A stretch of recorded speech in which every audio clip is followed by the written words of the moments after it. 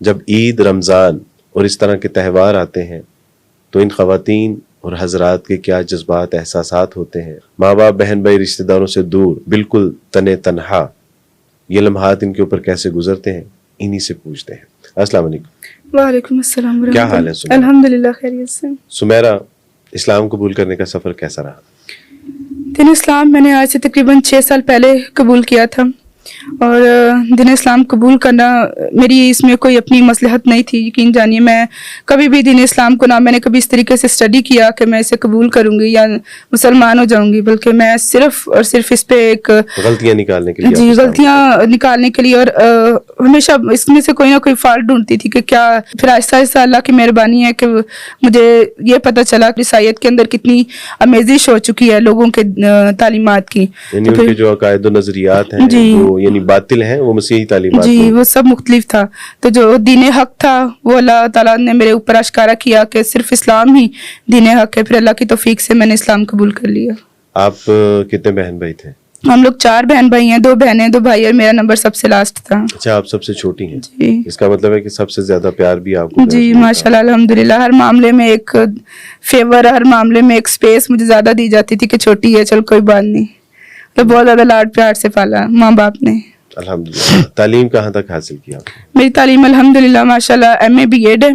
اچھا جی، اور اس کے علاوہ میں نے ڈفرینٹ الحمرہ ہال سے کورسز وغیرہ کیے میں ڈیبیٹ کے اور اس طرح کے. گھر میں سب سے زیادہ پیار کون کرتا تھا؟ گھر میں امی سب سے زیادہ پیار کرتی تھیں، ابو پیار کرتے تھے. ہاں جی الحمدللہ. بہن بھائی؟ جی سب بلکہ بہت. مجھے یاد ہے کہ آپ کے بھائی بھی آپ سے بہت پیار کرتے تھے. جب آپ نے اسلام قبول کیا تھا تو ان سے میری ملاقات بھی ہوئی تھی، اور پھر جو ان کے جذبات تھے، تڑپ تھی آپ کے حوالے سے، جو ایک فکر تھی، وہ بہرحال بہت شدید تھی. اللہ سبحانہ تعالیٰ ان لوگوں کو بھی جو ہے وہ ہدایت عطا فرمائے. عائشہ، جہاں تک مجھے یاد ہے کہ آپ نے میرے ہاتھ پہ اسلام قبول کیا تھا، اور اسلام قبول کرنے کے بعد پھر جو کورٹ کچہری کے معاملات ہوئے، جو ماں باپ، بہن بھائی، رشتہ داروں کی طرف سے ایک مصائب کا ایک سلسلہ شروع ہوا، تو وہ دل دہلا دینے والے بہرحال سارے معاملات تھے. اب والدین ملتے ہیں؟ نہیں، بالکل بھی نہیں. آپ گھر میں سب سے چھوٹی تھی؟ جی. کتنے بہن بھائی تھے؟ 5 بہنیں اور 4 بھائی. آپ سب سے چھوٹی؟ جی. اور اس کا مطلب ہے کہ سارے گھر والے آپ سے سب سے زیادہ پیار کرتے ہیں. ہاں جی، بہت پیار کرتے تھے. امی بہت زیادہ محبت کرتی تھی. اس لیے آپ کا اسلام قبول کرنا سب سے زیادہ گراں گزرا ان کے اوپر. جی. عائشہ، جب آپ جب کرسچن تھیں تو جب آپ کے تہوار یعنی ایسٹر آتا تھا، کرسمس آتا تھا، یا روزے آتے تھے، تو گھر میں کیا ایک سما ہوتا تھا؟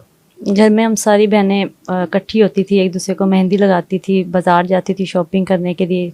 عید ہوتی تھی، عید پہ پھر چرچ جاتے تھے، نماز پڑھ کے آتے تھے، عبادت کر کے آتے تھے. پھر وہاں سے آگے پھر ہم پارک وغیرہ میں جاتے تھے سیر کرنے کے لیے، اکٹھے بیٹھ کے کھانا وغیرہ کھاتے تھے. یوں ہی ہمارا وقت گزر جاتا یعنی تھا. ایک خوشی کا سما. جی، ایک خوشی کا سما تھا اور بہت اچھا وقت گزرا تھا. اور اب الحمدللہ اللہ تعالیٰ کا شکر ہے. تنہائیاں تو ہیں لیکن الحمدللہ دین تو ہے ہمارے سینے میں. الحمدللہ. الحمدللہ. اللہ سبحانہ تعالیٰ اس نعمت کی قدر کرنے کی توفیق عطا فرمائے. یاد تو آتی ہوگی گھر والوں؟ جی، عید وغیرہ پہ زیادہ یاد آتی ہے. پھر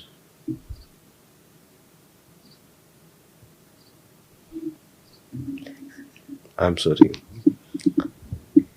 لیکن سچی بات یہ ہے کہ اگر ہم اللہ کی خاطر سب کچھ چھوڑ دیں، ساری دنیا ہمیں چھوڑ دے، لیکن اگر اللہ ہمیں میسر آ جائے تو یہ سودا مہنگا نہیں ہے. جی الحمدللہ.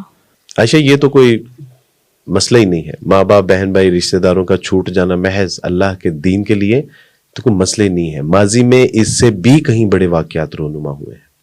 رسول اللہ صلی اللہ علیہ وسلم جب معراج کے سفر پہ جا رہے تو جبرائیل علیہ السلام سے پوچھا کہ جبرائیل، یہاں سے ایک بہت خوبصورت خوشبو آ رہی ہے. تو فرمایا کہ یہ مشاطہ کی قبر سے ہے. تو کہا کہ یہ مشاطہ کون ہے؟ تو کہا مشاطہ فرعون، یعنی اس کے جو بیٹی کے بال سنوارا کرتی تھی. تو ایک دن اس کے ہاتھ سے کنگھی گری تو اس نے کہا کہ بسم اللہ. کنگھی اٹھاتے ہوئے جب بسم اللہ پڑھی تو فرعون کی بیٹی نے کہا کہ یہ اللہ کون ہے؟ میں تو اپنے باپ کو یعنی اس کے سوا کسی کو رب نہیں جانتی، تو یہ کون ہے اللہ کے جس کے نام سے تم کام کا آغاز کرتی ہو اور چیزوں کو اٹھاتی ہو؟ تو کہا کہ یہ اللہ وہی اللہ ہے کہ جو میرا بھی رب ہے اور تمہارے باپ کا بھی رب ہے، ہم سب کا رب ہے، خالق کائنات، مالک کائنات ہے. تو اس نے کہا کہ یہ میں اپنے باپ کو بتاؤں گی کہ تم اس کے سوا کسی اور کو رب مانتی ہو؟ تو فرعون نے اسے کہا کہ دیکھو اگر تم میرے سوا کسی کو رب مانتی ہو تو اس سے باز آ جاؤ، وگرنہ میں تمہارے ساتھ ایسا معاملہ کروں گا کہ تمہاری روح تک کانپ جائے گی۔ اس نے کہا کہ میں ہر ظلم آپ کا سہنے کے لیے تیار ہوں، لیکن اپنے اللہ کے ساتھ بغاوت نہیں کر سکتی۔ تو فرعون نے حکم دیا کہ ایک تیل کا کڑھا لیا جائے اور اس میں اس کو ابالا جائے۔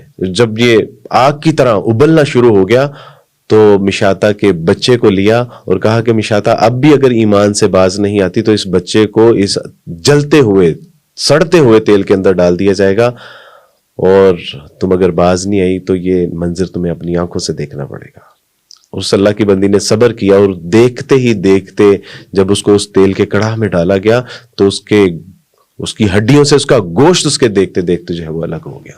اسی طرح اس کے دوسرے بچے کا، اسی طرح جو ایک بچہ اس کے سینے سے دودھ جو ہے وہ پی رہا تھا، اس کو جب اس کے سپاہیوں نے کھینچا تو مشاطہ کی آنکھوں کے آگے اندھیرا آ گیا اور وہ گری، اور اس کے بیٹے کو اللہ سبحانہ تعالیٰ نے گویا عطا فرمائی۔ اس نے کہا کہ اماں یہ آگ تو حشر کی آگ سے کہیں زیادہ ٹھنڈی ہے، آپ اللہ کے اوپر کبھی کوئی کمپرومائز نہ کیجئے گا، آپ بلا جھجک اور بے خوف جو ہے وہ آگ میں کود پڑیے، اللہ سبحانہ تعالیٰ نے چاہا تو حشر والے دن ہم اکٹھے کر دیے جائیں گے۔ تو مشاطہ نے مرنے سے پہلے ایک نصیحت کی تھی، اور وہ نصیحت یہ تھی کہ ہم سب کی ہڈیوں کو جمع کر کے ایک قبر میں دفنایا جائے، اور آج اسی قبر سے رسول اللہ صلی اللہ علیہ وسلم کو خوشبو آ رہی تھی۔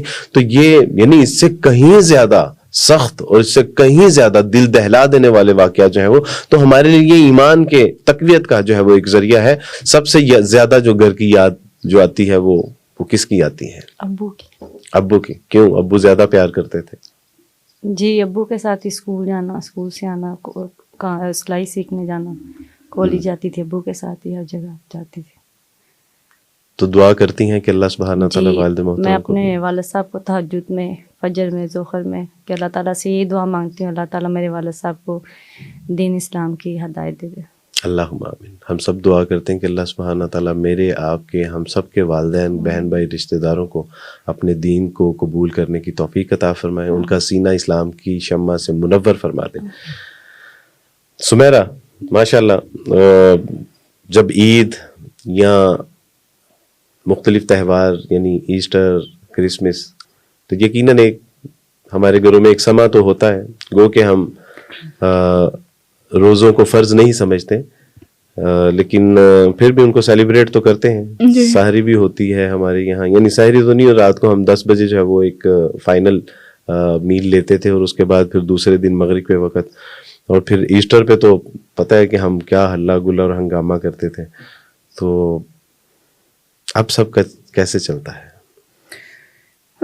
ان کی یاد تو بہت آتی ہے زندگی میں، ہر معاملے میں ان کی یاد آتی ہے، خاص طور پہ جب عید ہوتی ہے، ادھر یہاں پہ سب ہم لوگ روزے رکھ رہے ہوتے ہیں یا دسترخوان بچھ رہا ہوتا ہے، تو مختلف طرح سے ان کا خیال ذہن میں آتا ہے کہ اچھا ابو کو تو یہ بہت کھانا پسند تھا، امی کو تو یہ کھانا بہت پسند تھا۔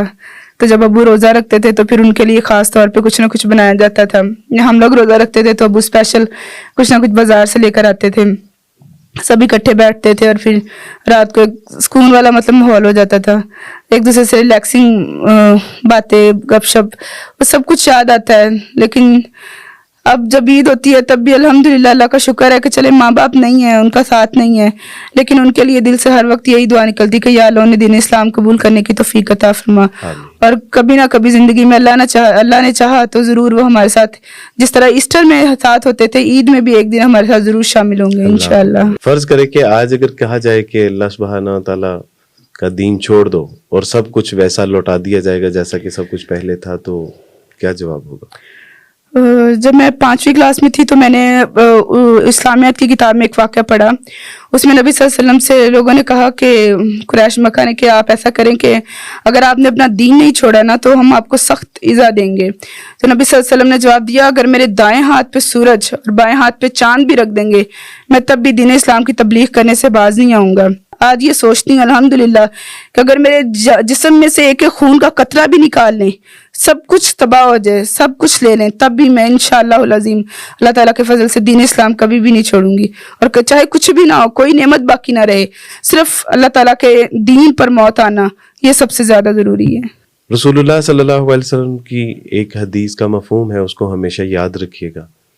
آپ علیہ الصلوۃ والسلام نے فرمایا کہ جب تمہارے اوپر کوئی تنگی, تکلیفیں, پریشانی, مجبوریاں آئیں تو میری طرف پلٹ کے دیکھ لینا کہ تمہارے نبی کے اوپر کس قدر تنگی, تکلیفیں, پریشانی, مجبوریاں آئیں. آپ علیہ الصلوۃ والسلام کو آپ کی بیٹیوں کو طلاقیں دے دی گئیں, آپ کے اوپر پتھر, آپ کے اوپر اوجڑیاں, آپ کے گلوں میں پٹکے ڈال کے کھینچے گئے, آپ کو ہجرت پر مجبور کر دیا. نہیں, آپ کے اصحاب کے اوپر ایسی ایسی تکلیفیں آئیں کہ وہ ہمارے لیے معیار حق ہیں. آج جب ہمیں اپنے ماں باپ, بہن بھائی, رشتہ دار یعنی نظر نہیں آتے تو کوئی بات نہیں. مصعب بن عمیر رضی اللہ تعالیٰ عنہ کا بہت خوبصورت اور ایمان افروز واقعہ ہے کہ جب حبشہ کی طرف جن لوگوں نے ہجرت کی تو اس میں مصعب بن عمیر رضی اللہ تعالیٰ عنہ بھی تھے. مکہ کے کچھ حالات جب بہتر ہوئے تو مصعب کو واپس بلایا گیا, اور جب واپس آئے مصعب بن عمیر رضی اللہ تعالیٰ عنہ تو ان کے کپڑوں کے چیتھڑے اڑے ہوئے تھے. اور رسول اللہ صلی اللہ علیہ وسلم نے ان کو جب دیکھا تو فرمایا کہ یہ وہی مصعب ہے کہ جس کا لباس شام سے سل کے آیا کرتا تھا, یہ وہی مصعب ہے کہ جو بہت قیمتی اور بہت اچھی خوشبو لگایا کرتے تھے, اور جس گلی سے گزر جاتے تھے تو لوگ کہتے تھے یقیناً یہاں سے مصعب ہی گزرے ہوں گے. اور آج وہ مصعب تن کے اوپر واجبی سے جو ہے وہ کپڑے ہیں اور اس کے بھی چیتھڑے اڑے ہوئے ہیں. اور وہی مصعب کہ جب اللہ سبحانہ تعالیٰ کے اوپر اور اللہ کے رسول صلی اللہ علیہ وسلم کے اوپر ایمان لے کے آئے تو والدہ نے کہا کہ بیٹا میں دھوپ میں بیٹھی ہوں, گرمی میں, نہ کھاؤں گی, نہ پیوں گی, نہ چھاؤں میں بیٹھوں گی, یہاں تک کہ میری روح نکل جائے گی. تو مصعب بن عمیر رضی اللہ تعالیٰ عنہ نے فرمایا کہ اماں آپ کے اندر تو ایک روح ہے نا, آپ کے اندر اگر 100 روحیں بھی ہوتی اور وہ ایک ایک کر کے پرواز کر جاتی تو مصعب پھر بھی اللہ اور اس کے رسول کے دین کے ساتھ بے وفائی نہ کرتا. تو یہ میرے اور آپ کے لیے سیکھنے کا سامان ہے. اللہ سبحانہ تعالیٰ ہمیں اسی اسلام پہ زندہ رکھیں, اسی اسلام پہ موت عطا فرمائے. میں نے جب اسلام قبول کیا اور اسلام قبول کرنے کے بعد کئی بار ایسا ہوا کہ میں بالکل تنہا اپنے کمرے میں بیٹھا ہوتا تھا اور سارے گھر والے سو رہے ہوتے تھے. یقیناً ان کی تو عید نہیں تھی, ان کی تو افطاریاں اور سحریاں نہیں ہوتی تھیں, لیکن دل پسیجتا تھا. لیکن میں کہتا تھا کہ اللہ سبحانہ تعالیٰ نے اگر ہمیں نعمت اسلام عطا فرما دی ہے, جب اس نعمت اسلام عطا فرمائی تو ماں باپ روٹ گئے, ماں باپ چھوٹ گئے, بہن بھائی روٹ گئے, وہ چھوٹ گئے, خاندان والوں نے بائیک آؤٹ کر دیا. یعنی ایک لمحے کے لیے جب میں نے پیچھے مڑ کے دیکھا تو کوئی نہیں تھا, لیکن سامنے اللہ اور اس کا رسول تھا. تو میں نے کہا کہ اگر اللہ اور اس کے رسول کے بدلے میں ساری دنیا, ساری کائنات کی نعمتیں بھی چھوٹ جائیں تو سودا سستا ہے, سودا مہنگا نہیں ہے. تو الحمدللہ اللہ سبحانہ تعالیٰ نے اپنے دین مبین کو قبول کرنے کی ہمیں توفیق عطا فرما دی. ہمارے لیے خوش نصیبی ہے, اور پھر جتنی اس نے ہم سے نعمتیں لی ہیں اس سے کہیں زیادہ نعمتیں تو اس نے ہمیں دی بھی ہیں. کیا ہوا اگر ماں باپ, بہن بھائی, رشتہ دار نہیں. عائشہ, آپ مسلمانوں کو کوئی پیغام دینا چاہیں گے؟ جی, میں ان کو پیغام یہی دینا چاہ رہی ہوں کہ ہم نے اپنے ماں باپ, بہن بھائی چھوڑ دی اسلام کی خاطر. آپ لوگوں کو تو ماں کی کوکھ سے ہی اسلام ملا ہے, تو آپ اس کی قدر کریں. آپ کیا پیغام دینا چاہیں گی اپنی یوتھ کو, اپنے مسلمان بہن بھائیوں کو؟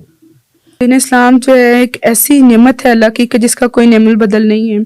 تو خدا را اس نعمت کی قدر کیجیے اور اللہ کا ڈر اپنے سینوں میں رکھتے ہوئے باقی لوگوں جو ہیں جو مسلمان نہیں ہیں ان سب کو دین اسلام کی ایک دفعہ کم از کم دعوت ضرور دیں, تاکہ روزے محشر آپ بھی بچ سکے اور آپ کی وجہ سے کوئی دوسرا بھی بچ سکے. سمیرہ, حقوق الناس ویلفیئر فاؤنڈیشن کے بارے میں آپ کے کوئی جذبات, احساسات جن کا آپ اظہار کرنا چاہ رہی ہیں؟ جی, میں تہہ دل سے حقوق الناس ویلفیئر فاؤنڈیشن کی بہت مشکور ہوں. جب میرے پر مشکل وقت آیا, تھانے کچہریوں کا معاملہ ہوا, عدالت کا معاملہ ہوا, یا پناہ کا معاملہ ہوا, گھر چھوڑنے کا معاملہ ہوا, ہر معاملے میں جو ہے حقوق الناس ویلفیئر فاؤنڈیشن نے میرا بہت ساتھ دیا. اور یہاں کے لوگوں نے بہن بھائیوں کی طرح ہمارے ساتھ تعاون کیا.